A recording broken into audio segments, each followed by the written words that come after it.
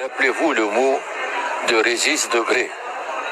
L'occidental a ôté son casque colonial, mais sa tête reste coloniale. C'est une phrase que je cite très souvent. Oui. Donc vous nous dites que le malheur du Moyen-Orient, c'est le pétrole. Exactement. Pas seulement le pétrole. Pas seulement le pétrole. C'est-à-dire? Le pétrole est l'expansion de la domination occidentale, mais au profit surtout d'Israël. Tout en profitant aussi des ressources énergétiques de tout le Proche-Orient, qui sont énormes.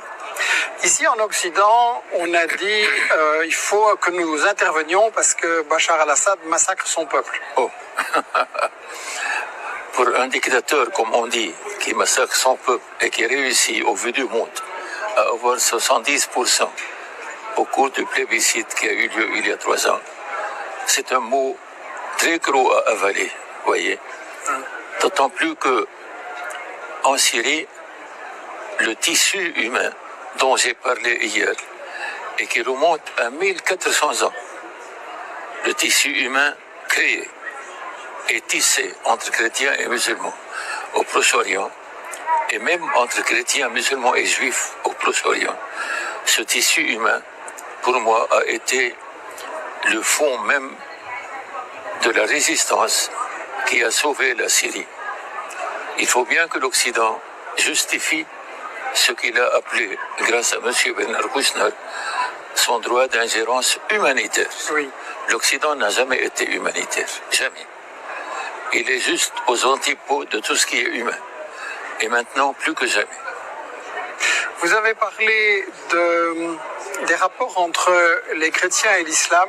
Oui. Ici, en Europe, on nous dit que les musulmans sont dangereux, que les chrétiens doivent avoir peur. Et hier, ce que vous avez dit, c'est un peu le contraire.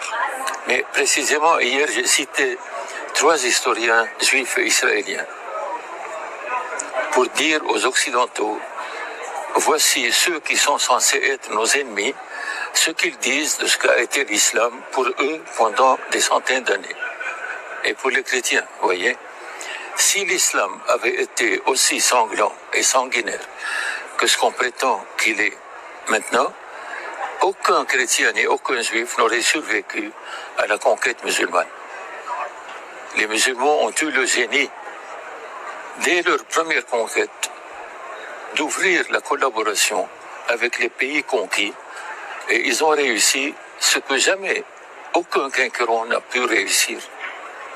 Et ils maintiennent jusqu'à maintenant cette convivialité avec les gens.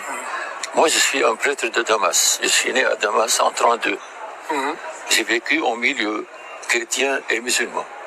J'ai grandi dans ce milieu et je vous assure que ma vie de prêtre récolte une joie immense à la fréquentation des musulmans, à leur amitié, à leur soutien.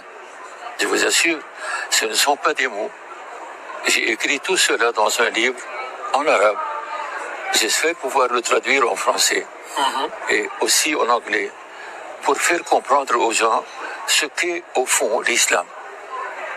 L'islam est une religion que les musulmans pratiquent avec beaucoup de respect, mais quand ils voient en face d'eux un homme qui les respecte, je dirais ils le dépassent en respect, en amour et en service.